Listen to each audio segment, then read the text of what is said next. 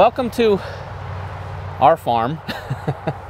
What we're going to do today is we're going to do a little food plot preparation. Now it's February 17th today. Yep. And you're probably wondering, guys, it's frozen ground, it's cold, you're not planting anything right now. So why are we out here even considering food plot preparation when you're probably not going to plant until the end of May? Well, one of the things that David and I found last year is we came up here and we cleared this area, and we had a lot of work to do to clear it. We had a lot of rocks. We actually cut some trees down, and really had to put a lot of hard work and energy into this, David. Too much, actually. Yeah. It was, we started fresh in the woods. I mean, it was just like you walking in the woods. We cleared an opening, cleared the ground. I don't know, I think your tiller retired by the time we were done. Yeah. But yep. That definitely a lot of hard work. Yeah, we put a lot of time into it, and unfortunately, Mother Nature wasn't kind this past year for us with rain. I think we had record rainfalls here in this part.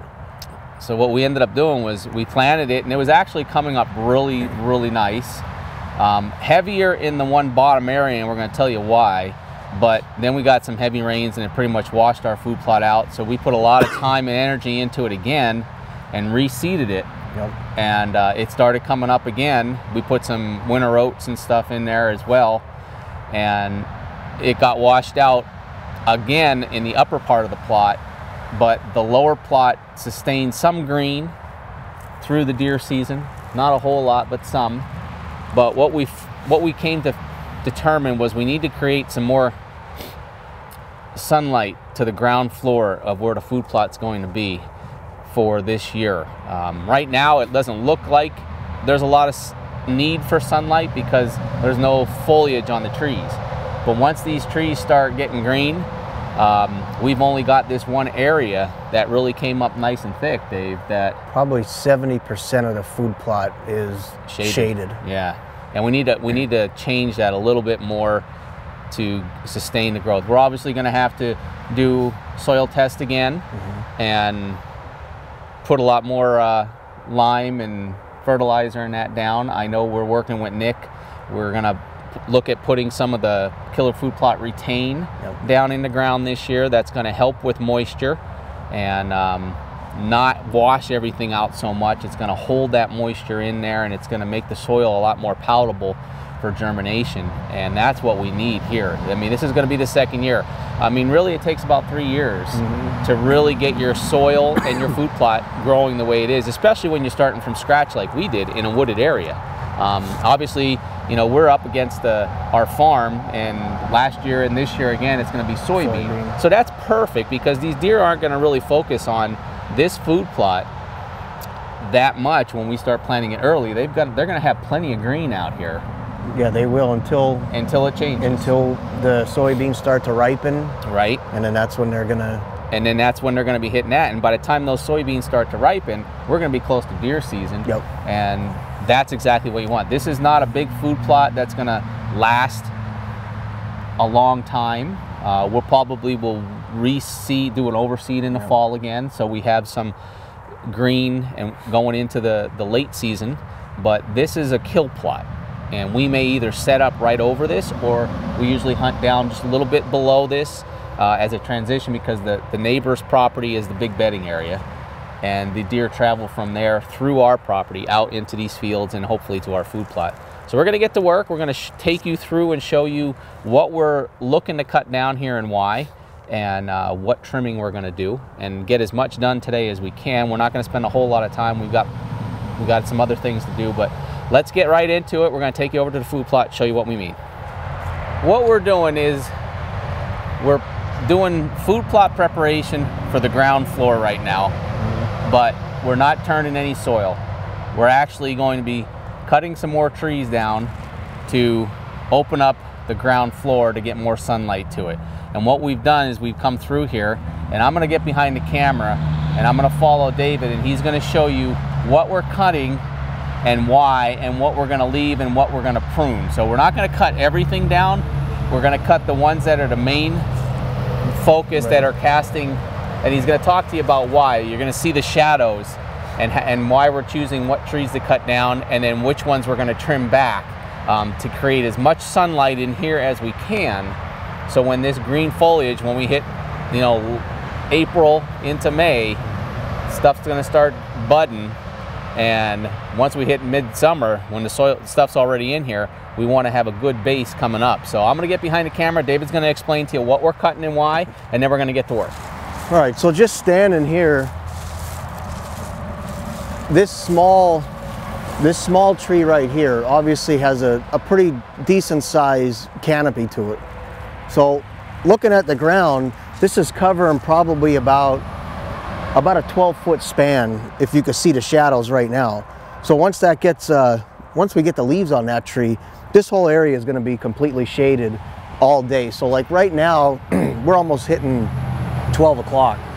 So that's going to be shaded all the way until probably about, in the summertime, about 5, 6 o'clock in the evening. So we're going to take that one out. This small one here, same thing with that. That's coming over, and for probably half of the day, this whole area is going to be shaded. So we just took probably about a 15 to 16 foot circle that's going to be completely shaded throughout the day. So those two we're going to take right out. This one here, this maple, we're probably going to take this out just because halfway up it's already dead. Obviously we're not going to get the root system to be able to get that out, but if it does get leaves during the year, it's going to block some stuff, but we're going to get it out just for the ease of being able to get equipment back and forth through here. We're not going to do a whole lot up on the top. The one thing that we might do is try to get some of those vines out of those trees, because they do get a leaf on them. They don't produce grapes, but they are producing leaf, which is going to add to the canopy and not let sunlight down into the floor. And then across the left side here, we might prune some of the trees up, but for the most part, the only time that this is going to block anything is right before dark, when the sun's getting ready to set. So we're not too concerned with the stuff on this side. We will prune probably up the side of this tree just to open that little bit up.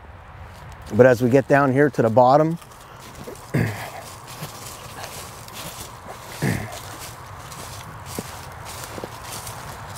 these small maples, we'll probably cut these right out. Two of these cherries are dead, so I'm not too concerned about cutting them down. I don't like cutting any cherry trees down. But we're gonna take these three, well actually these two. We're gonna take this one down, we'll take this one down, and then these small maples here, we're gonna take these down. That'll open everything up a little bit. We'll prune the dead off that tree there. But obviously we don't want to take the tree down, because we do have buck that use that for grubs. That's pretty much about it for today. We're going to just drop these, try to get them out of the way, and then we'll see what more we could do on another day. But a lot of the stuff up in that top part of the food plot is just going to be pruning limbs here and there, because it's really, really tight with foliage up there once the leaves come out, and a lot of it is, like I said, it comes from those vines. So we'll try to get those cleared out. That should open a little bit more up. So, and that should pretty much cover, I would say, that'll give us another 35 to 40% openings through the canopy just from cutting these couple small trees down. So we're gonna get the equipment together and start cutting.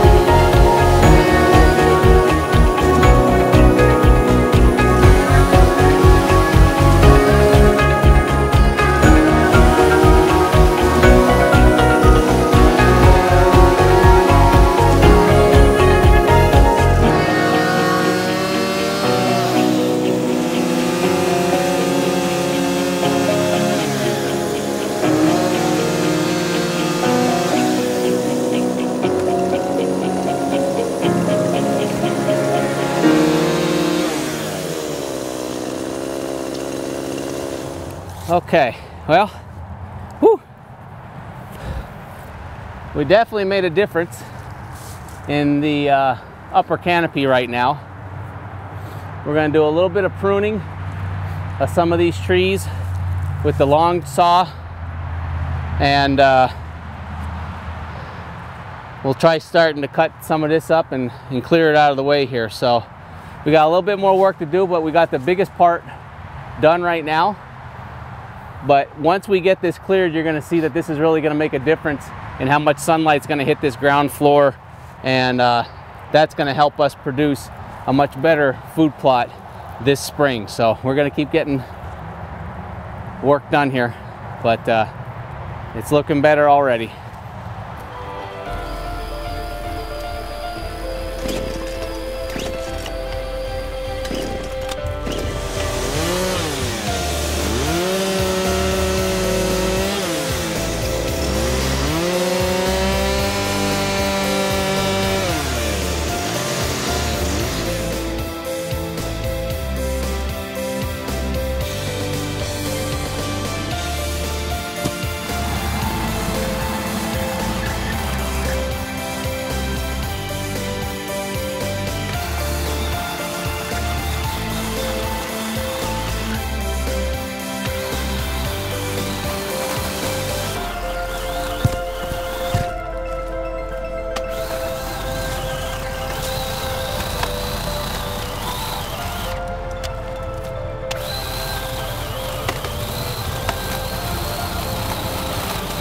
All those vines holding everything up. Yeah.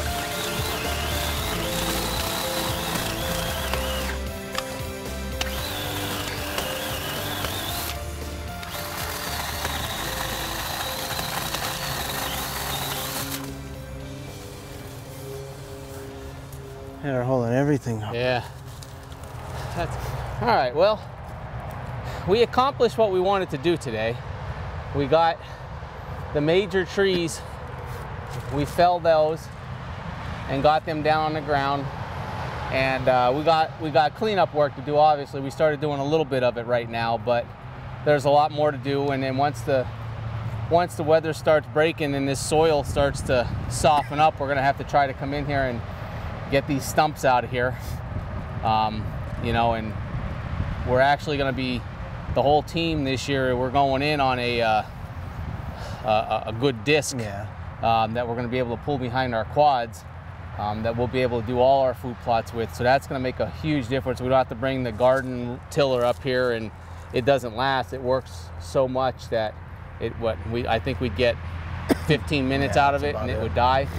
But it's what you do. I mean, when you don't have big heavy equipment. I mean, we're using chainsaws, we're using easy cut pruners. I got this little extend the reach battery operated chainsaw that helps us prune some stuff. We still got a little bit of pruning to do down below and some of the stuff on the edges here. The tree that's right behind the camera, we were just talking about that. We're gonna have to come up here with a ladder and take some of these limbs off. This big whole canopy here needs to get opened up.